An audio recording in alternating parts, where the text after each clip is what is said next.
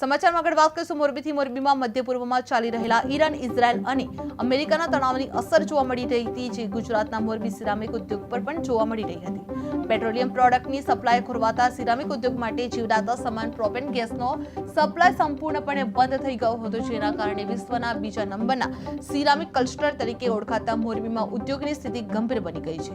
જે મોરબી સિરામિક ઉદ્યોગ પર સંકટ વધેલો જોવા મળ્યો છે, જે ગેસ સપ્લાય બંધ જોવા મળી છે। તે સમયે ફેક્ટરીઓ પણ બંધ કરવામાં આવી છે, જે 400 જેટલા યુનિટ બંધ કરવાનો નિર્ણય લેવામાં આવી રહ્યો છે। જે 4 લાખ શ્રમિકો વતન પરત ફર્યા છે, જે રેલવે સ્ટેશન પર ભારે ભીડ જોવા મળી રહી છે। રોજ મોરબી સિરામિક એસોસિએશન હોલ ખાતે બધા જ ઉદ્યોગકારોની એક મીટિંગ મળેલી। એ મીટિંગની અંદર સર્વાનુમતે એક નિર્ણય લેવામાં આવ્યો કે જે ફેક્ટરીઓ બંધ થઈ ગયેલી છે તે અને જે લોકોને અત્યારે ગેસનો પ્રોબ્લેમ છે એ બધા સાથે મળી અને સ્વૈચ્છિક આપણે 20 દિવસનું કે 25 દિવસનું એક આપણે સ્વૈચ્છિક શટડાઉન લઈએ અને આપણા પ્લાન્ટ અને મશીનરીનું